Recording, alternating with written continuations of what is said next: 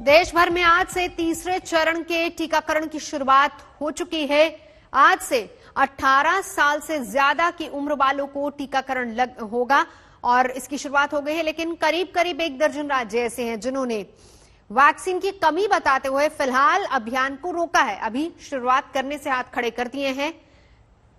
कई राज्यों का कहना है कि अभी उनके पास पर्याप्त मात्रा में इंजेक्शन नहीं है, इसलिए 18+ वालों को टीका नहीं लगाया जा सकता। 45+ वालों का सेकेंड डोज भी अभी बाकी है, जिसको लेकर अभी प्रक्रिया चल रही है। तो ऐसे में 18+ के लोगों को कैसे टीका दिया जाएगा?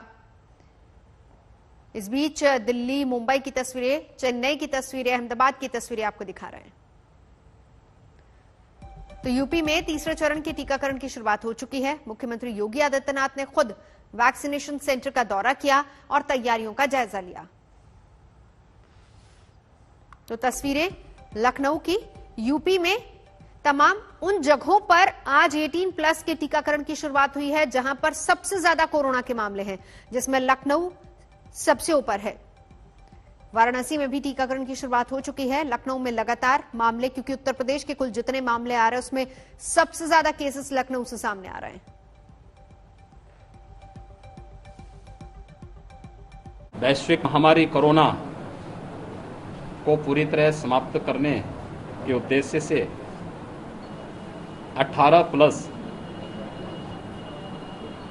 कोविड वैक्सीनेशन का कार्यक्रम आज प्रारंभ हुआ है।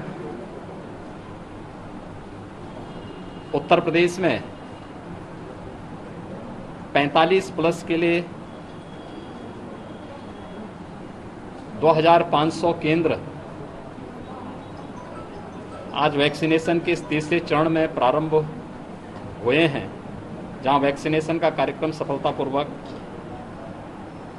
प्रारंभ हो चुका है।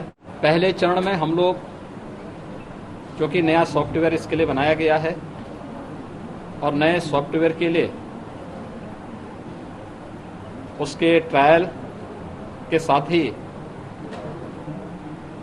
18+ के जिन यूथ को आज वैक्सीन देना है, उसमें हम लोगों ने उन 7 जनपदों को लिया है जहां पे पॉजिटिविटी रेट और एक्टिव केस सर्वाधिक हैं।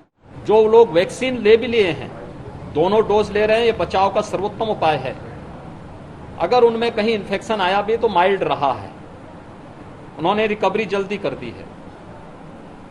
जिन्होंने 1 डोज भी लिया है तो भी अगर इन्फेक्शन आया है तो रिकवरी में मदद मिली है। लेकिन वैक्सीन लेने के बाद भी हमें मास्क का और 2 गज की दूरी का पालन करना होगा। किस तरीके का टीकाकरण अभियान चल रहा है, चलेंगे सीधा। मेरे तमाम सहयोगी हमारे साथ मौजूद हैं। अलग अलग राज्यों का हाल और तस्वीरें लगातार हम आपको दिखाएंगे। गोपी मेरी सहयोगी इस वक्त हमारे साथ अहमदाबाद से मौजूद हैं। इसके अलावा मेरे 2 सहयोगी और हैं, पंकज मेरे साथ हैं और सुशांत मेहरा मेरे साथ हैं। सुशांत, दिल्ली का हाल बताइए। अरविंद केजरीवाल ने हाथ खड़े कर दिए, लेकिन दिल्ली में अभी फिलहाल क्या टीकाकरण की शुरुआत हुई है? देखिए, मैं बताना चाहूँगा नवजोत कि दिल्ली में कई प्राइवेट सेंटर ऐसे हैं जहाँ पे मैक्स है और BL कपूर मैक्स हॉस्पिटल है। वहाँ पर अभी वैक्सीनेशन जो है वो शुरू हुआ है।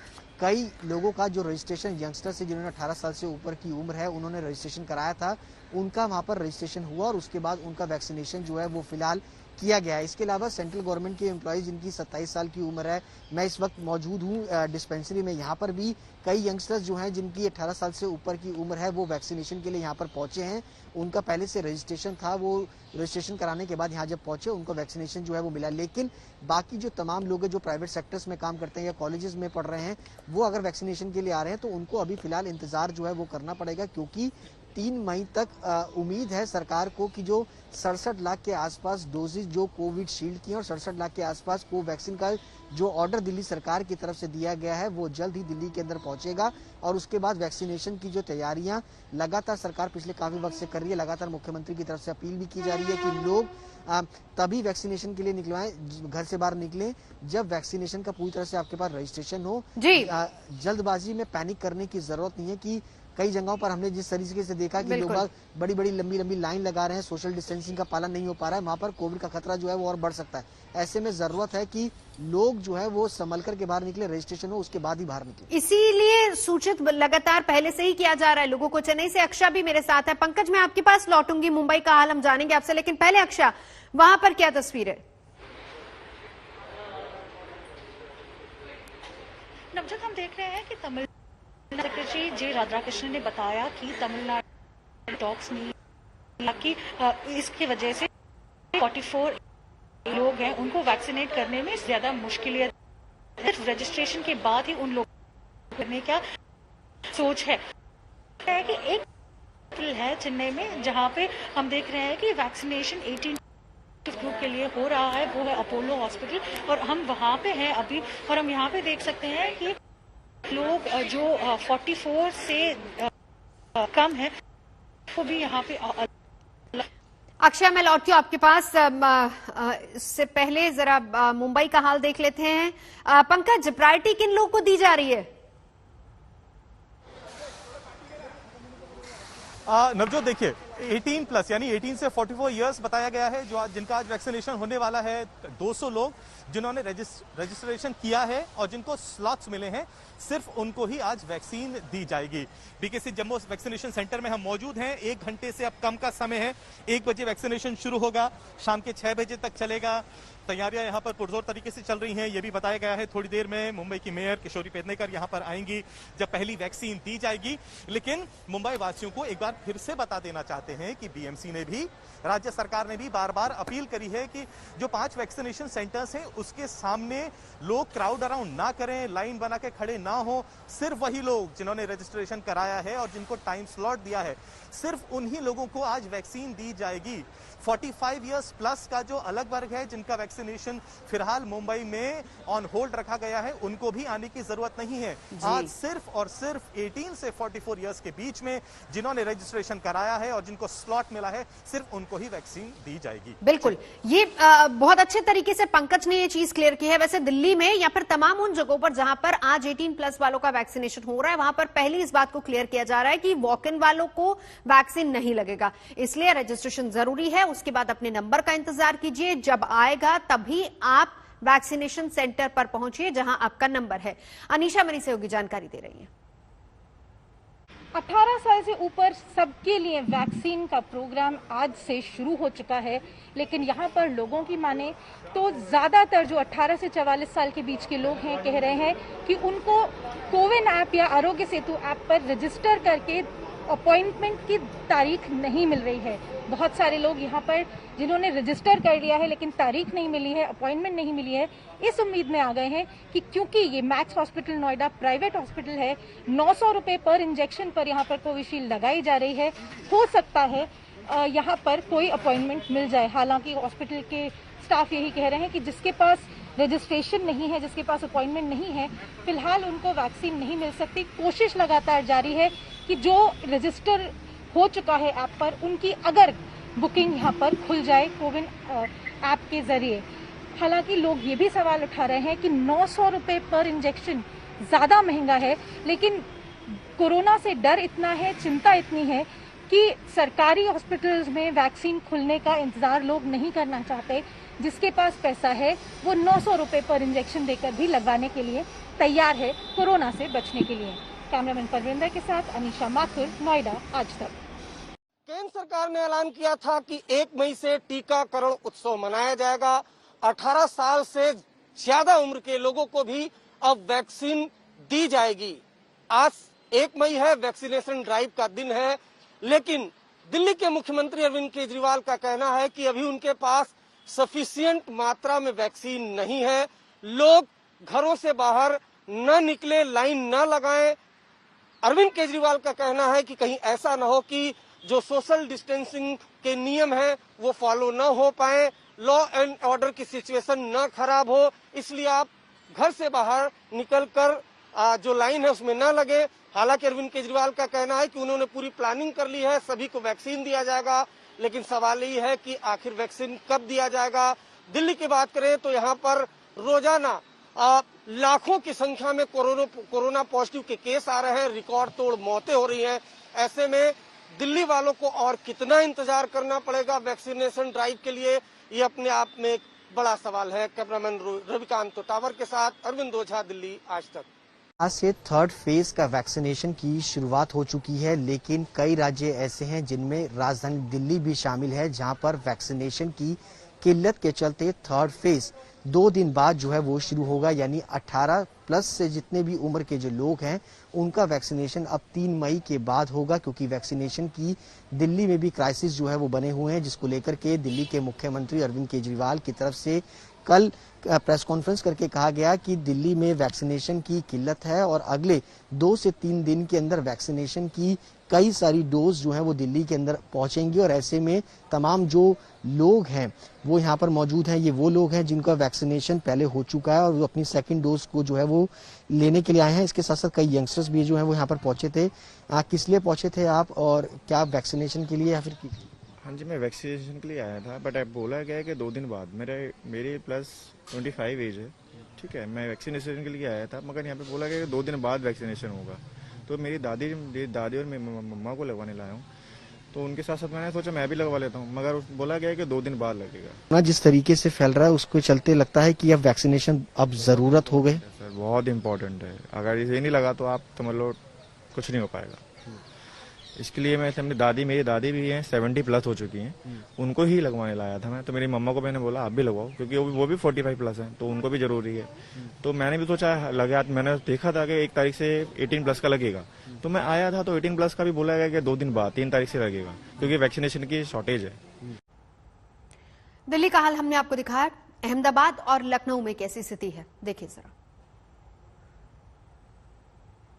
गुजरात में आज से 18 प्लस की उम्र के जो लोग हैं उनके लिए वैक्सीनेशन ड्राइव शुरू हो चुका है। गुजरात के 10 जिलों में ये वैक्सीनेशन ड्राइव शुरू हुआ है, जिसमें सबसे प्रभावित जो अहमदाबाद जिला है वहां पे भी इसको शुरू किया गया है। आप देख सकते हैं यहाँ पे जो 18 प्लस के लोग हैं उनका ये वैक्सीनेशन ड्राइव अब शुरू हो चुका है। सुबह 9 से 11 का वक्त दिया गया है। साथ ही जिन लोगों ने मोबाइल पे रजिस्ट्रेशन करवाया है, उनको जिनको मैसेज आया है, उन्हीं लोगों को यहाँ पे वैक्सीन दिया जा रहा है। ये जो टाइमिंग है सुबह 9 बजे से लेके 11 बजे तक का टाइमिंग रखा गया है। हालांकि जो वैक्सीनेशन ड्राइव है वो करीब मई महीने के बाद फुल फ्लैश शुरू हो जाएगा, क्योंकि वैक्सीन की जो मात्रा है वो सीरम इंस्टीट्यूट से करीब 5 लाख वैक्सीन के डोज कल ही गुजरात पहुंचे, जिसके चलते 10 जिलों में इसे शुरू किया गया है। हालांकि 15 मई के बाद दूसरे जिलों को इंट्रोड्यूस किया जाएगा और उसके बाद करीब मई खत्म होते होते पूरे गुजरात में करीब 2.5 लाख जितने जो वैक्सीन के डोज है उसका ऑर्डर गुजरात सरकार के जरिए सीरम इंस्टीट्यूट को दिया गया है। जो टाइम ड्यूरेशन है वो करीब 9 बजे से लेके 11 बजे तक का रखा गया है और उसके बाद जो सीनियर सिटीजन है और जिन लोगों का दूसरा डोज होना है वैक्सीन का, उनके लिए टाइम रखा गया है। कैमरामैन उज्जवल ओझा के साथ गोपी घांगर, अहमदाबाद, आज तक। उत्तर प्रदेश में भी कोरोना से बचने के लिए वैक्सीनेशन का जो नया दौर है यहाँ शुरू हो गया है और उसके लिए बाकायदा इंतजाम किए गए हैं। इस वक्त हम अटल बिहारी वाजपेयी जो कोविड सेंटर है वहां पर हैं, जो कि राम मनोहर लोहिया के अंदर में आता है। वहां पर किस तरह की व्यवस्थाएं हैं देखिए। हर जगह पर 300 लोगों का वैक्सीनेशन होना है, जिसमें से 100 के लॉट में होना है और इस तरह से 10 सेंटर्स पे आज लखनऊ में 3000 लोगों का वैक्सीनेशन होना। और खास बात यह है कि ये 18 से 44 की उम्र के लोगों का जो वैक्सीनेशन के लिए रजिस्ट्रेशन हुआ है वो 3000 लोग हैं। और आप देख सकते हैं ये 18 से 44 की उम्र वाले जो लोग हैं वो रजिस्ट्रेशन करवाने के बाद बाकायदा यहाँ पर बैठे हुए हैं, इंतजार कर रहे हैं कि उनकी बारी आएगी तो वो वैक्सीनेशन कराएंगे। और इसके लिए पूरी तरह से प्रॉपर पहले से भी ट्रेनिंग दी जा चुकी है। और ये जो रजिस्ट्रेशन है इसमें कई लोगों ने अपनी तरफ से उन्होंने ये भी लिखा है कौन सी वैक्सीन लगवाना चाहते हैं। इनमें से कुछ लोगों से हम बात भी करते हैं। ये बताइए, आपने रजिस्ट्रेशन कराया और इस रजिस्ट्रेशन कराने के बाद क्या प्रोसेस आपको बताया गया? रजिस्ट्रेशन कराने के बाद अपॉइंटमेंट लेना है, we have to take the appointment. फिर अपॉइंटमेंट लेने के बाद 2 स्लॉट्स अवेलेबल हैं, वो स्लॉट बुक करने फिर आना है वैक्सीनेशन। आज का टाइम दिया गया था? अच्छा, अपनी बारी का इंतजार कर रहे हैं। आपने कोई चॉइस भी भरी थी कौन सी वैक्सीन लगाई जाए? सर चॉइस की फैसिलिटी अवेलेबल नहीं है, बस ओनली स्लॉट्स के लिए है, स्लॉट्स हैं बस। आप बताइए, आप भी वैक्सीनेशन के लिए आए हैं, क्या आपको जब रजिस्ट्रेशन कराया तो उसके बाद क्या प्रोसेस बताया गया, क्या हो रहा है? कल रजिस्ट्रेशन कराया था, थोड़ा लिमिटेड टाइम के लिए ओपन हुआ था। उसके बाद अभी मैं आया, अभी तो यूजफुल है कि क्या नाम है, सब कुछ स्मूथली चल रहा है और देन आगे देखते हैं। अच्छा, ठीक है। ये वो लोग हैं जो यहाँ पर बैठे अपनी बारी का इंतजार कर रहे हैं। हम आपको दिखाते हैं कि कहाँ पर रजिस्ट्रेशन कराने के बाद, यहाँ टोकन लेने के बाद इन लोगों को एक ऐसा कार्ड दिया जाएगा जो फिल करेंगे। इस कार्ड को फिल करने के बाद, क्योंकि पहली बार हो रहा है इनका वैक्सीनेशन, 18 से 44 साल की उम्र वाला सभी लोगों को पहले जैसा दिया गया तो वैसा ही है। और उसके बाद ये रूम जो बनाया गया है, यहाँ पर रजिस्ट्रेशन के लिए जो कार्ड रखे हुए हैं वो हैं, और इसी के साथ आगे जाकर के फिर वो रजिस्ट्रेशन कराने के बाद यहाँ से उसके बाद वैक्सीनेशन के लिए जाएंगे। और यहाँ पर वो टीम है जो यहाँ पर इंतजाम देख रही है, उनसे भी बात करते हैं। डॉक्टर साहब, आपसे बात हो सकती है 2 मिनट? जो ये वैक्सीनेशन का प्रोसेस चल रहा है, अभी तक कितने लोग लगभग आ गए होंगे और कितने लोगों को करने का आज प्लान है? आज हमारा जो टारगेट है वो 300 है, 300 टू 18 to 44 ईयर्स का। बाकी तो चल ही रहा है जो हमारा 550 होता है दिल्ली में। अच्छा, सारा प्रोसेस पहले जैसे होता रहा वैसे रहेगा या आज कुछ नई चीज? सेम है, प्रोसेस सेम है, बस बूथ डिफरेंट है। विधानसभा चुनाव के बाद आखिरकार पश्चिम बंगाल की सरकार ने भी कोरोना संक्रमण रोकने के लिए सख्त फैसला लिया है। राज्य सरकार ने बंगाल में सभी सार्वजनिक स्थलों पर अगले आदेश तक उनको बंद करने का फैसला लिया है।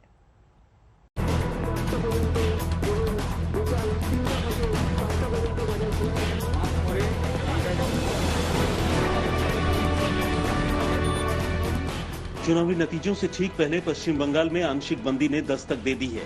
यानी चुनाव खत्म होने के बाद बंगाल में अब कोरोना को लेकर चिंता और एक्शन शुरू हो गया है। यही वजह है कि प्रदेश में अब आंशिक लॉकडाउन का ऐलान कर दिया गया है। बंगाल सरकार की ओर से जारी आदेश के मुताबिक shopping mall, beauty parlour, cinema hall बंद रहेंगे। रेस्टोरेंट, स्विमिंग पूल भी बंद रहेंगे। सांस्कृतिक, सामाजिक, शैक्षणिक जमावड़ों पर रोक रहेगी। हालांकि इस दौरान कुछ चीजों को छूट भी दी गई है, जैसे बाजार हाट सुबह 7 से 10 और दोपहर 3 से शाम 5 बजे तक खुले रहेंगे। होम डिलीवरी, ऑनलाइन सर्विस जारी रहेगी। दवाइयों और राशन की दुकानें खुली रहेंगी। बंगाल में ये पूरी कवायद कोरोना के बढ़ते आंकड़ों को देखते हुए की जा रही है, क्योंकि प्रदेश में लगातार बढ़ते संक्रमण के मामलों ने सरकार की चिंता बढ़ा दी है। बंगाल में बीते 24 घंटे में कोरोना के 17,411 नए केस आए और 24 घंटे में कोरोना से 96 लोगों की मौत हुई। सबसे बड़ी चिंता की बात बंगाल में कोरोना का संक्रमण दर है, क्योंकि टेस्टिंग के लिहाज से देखें तो प्रदेश में हर तीसरा व्यक्ति कोरोना पॉजिटिव आ रहा है। एक दिन में बंगाल में कोरोना के 53,000 टेस्ट हुए और 17,411 नए मरीज मिले। माना जा रहा है कि पश्चिम बंगाल में चुनाव के दौरान बरती गई लापरवाही अब प्रदेश पर भारी पड़ती जा रही है। इसलिए काउंटिंग के दिन चुनाव आयोग की गाइडलाइंस का सख्ती से पालन कराने की तैयारी की जा रही है। हाईकोर्ट ने भी चुनाव आयोग को निर्देश दिया कि काउंटिंग के दिन कोविड प्रोटोकॉल पर अमल सुनिश्चित किया जाए। किसी भी कीमत पर राजनीतिक या गैर राजनीतिक वजह से काउंटिंग का दिन कोरोना के मामलों को बढ़ाने के लिए जिम्मेदार न हो। बहरहाल इन कोशिशों और तैयारियों के बीच कोरोना का खतरा बंगाल को अपनी चपेट में लेता जा रहा है, और अगर इसकी रफ्तार पर जल्द काबू नहीं पाया गया तो प्रदेश में हालात गंभीर हो सकते हैं। आज तक ब्यूरो। और अब आपको राजस्थान के उदयपुर के एक अस्पताल क्या हाल भी दिखा देते हैं। मरीजों की भरमार लगी है और तीमारदार कई मुश्किलों का सामना कर वहां पर पहुंच रहे थे। अनुश्री पांडे की रिपोर्ट देखिए।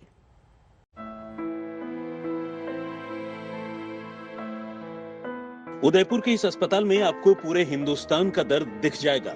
दिख जाएगी जिंदगी की सबसे मुश्किल जद्दोजहद, दिख जाएगी बेचारगी और बेबसी। ये महाराणा भूपाल राजकीय अस्पताल है, जहां कोरोना के मरीजों की भरमार है तो बाहर जमीन पर सोकर वक्त बिताते रिश्तेदार हैं, जिनकी सांसें हर वक्त किसी अंदेशे से अटकी रहती है। आप लोग के अंदर पेशेंट अंदर है कोविड की वजह से? हाँ, अंदर है वो। तो आप लोग यहीं पे रहते हैं रोज? नहीं, आते जाते हैं। हाँ, तो रात को निकाल देते बाहर चले जाते हैं या नीचे बैठ जाते हैं, ऐसे उधर चले जाते हैं। रात को निकाल दे तो बाहर बैठ जाते हैं। रात को 12 बजे निकाल दे, रात को 12 बजे फिर बाहर बैठ गए जाके। फिर बगीचे में सोई, दोनों लड़की में दोनों बगीचे में सोई। फिर डर लगा, फिर मेरे सब डर लग रही, फिर रोड पे नहीं, अपने मेन गेट के रोड पे सोई भी दोनों दिन। और आपके पेशेंट कौन है अंदर? मेरे भाई है चतर सिंह। भतीजी है। भतीजी है आपकी। तो आप लोग यहीं रहते हैं पूरा दिन? नहीं, अभी आई हूँ, मेरे चाय लेके आई, अभी चाय लेके आई हूँ मैं, तो अभी जा रही हूँ मैं तो। उदयपुर के तमाम दूसरे अस्पतालों की तरह ये अस्पताल भी मरीजों से ठसाठस भर चुका है। आईसीयू भरा है, सामान्य और ऑक्सीजन वाले बिस्तर भी भर चुके हैं। ऑक्सीजन वाले बेड्स हैं, हमारे पास आईसीयू फैसिलिटी है जिसमें 40 से 45 बेड आईसीयू फैसिलिटी के हैं और सारे ऑक्सीजन बेड हैं और टोटल आरएनटी मेडिकल कॉलेज के पास 750 से अधिक ऑक्सीजन एवं आईसीयू की फैसिलिटी है जो ऑलमोस्ट कंप्लीट भरे हुए हैं। करंटली हमारे पास 263 बेड्स अवेलेबल हैं और 38 बेड हमारे वेंटिलेटर आईसीयू वाले हैं, वो सभी फुल हैं। 38 के 38 फुल हैं और ऑक्सीजन ऑक्यूपाइड बेड लगभग सारे ही फुल हैं, एक भी वैकेंट नहीं है। बट कुछ जो बेड खाली हैं वो विदाउट ऑक्सीजन वाले हैं जनरल ट्रीटमेंट के लिए। इस अस्पताल में अब और मरीज भर्ती नहीं हो सकते, लेकिन लोग क्या करें? कोरोना का संक्रमण थम नहीं रहा, मरीजों की तादाद रुक नहीं रही और इस बार तो संक्रमण इतना तेज और खतरनाक है कि मरीजों को अस्पतालों की नौबत आ जाती है। इन मुश्किल हालात में इन डॉक्टरों के जज्बे को सलाम है जो अपनी मुसीबत को छोड़ मरीजों की तीमारदारी में लगे।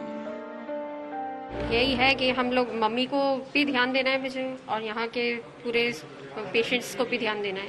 उनको ध्यान में रखते हुए मम्मी को मैंने यहाँ बुलाया और मम्मी की भी मैं सेवा करती हूँ और पेशेंट्स की भी करती हूँ और दोनों कामों को बैलेंस करना है, हमें पता है और बैलेंस करके ही चलना है। इसमें हमारे सब डॉक्टर्स भी साथ में हैं, हमें नर्सिंग स्टाफ्स हैं जो अपनी छुट्टियां कैंसिल करके सब लोग आके ये अपना काम कर रहे हैं पेशेंट्स के लिए, जो भी सेवा हम कर सकते हैं। ऐसे ही हौसलों के भरोसे संक्रमण की सुनामी से पूरा देश मुकाबला कर रहा है, लेकिन सवाल है कि अगर मरीजों की संख्या पर नियंत्रण नहीं होता है तो आखिर कब तक इस जंग में हिम्मत बनी रहेगी? सिचुएशन खराब होती नजर आ रही है, केसेस लगातार बढ़ रहे हैं और केसेस बढ़ने के साथ साथ बेड्स की अनअवेलेबिलिटी तो है ही, पर डॉक्टर्स महसूस कर रहे हैं कि ऑक्सीजन की किल्लत भी, जिस तरीके से हम बाकी शहरों में देख रहे हैं, बाकी स्टेट्स में देख रहे हैं, ऑक्सीजन की किल्लत भी बहुत जल्दी महसूस होने वाली है। उदयपुर से तनुश्री पांडे के साथ आज तक ब्यूरो। 105 साल और 95 साल की उम्र में कोरोना को मात देने वाले दंपत्ति की कहानी हम आपको सुनाने जा रहे हैं। दोनों आईसीयू में भर्ती रहे, अब अपनी इच्छा शक्ति से कोरोना को हराकर घर लौट आए।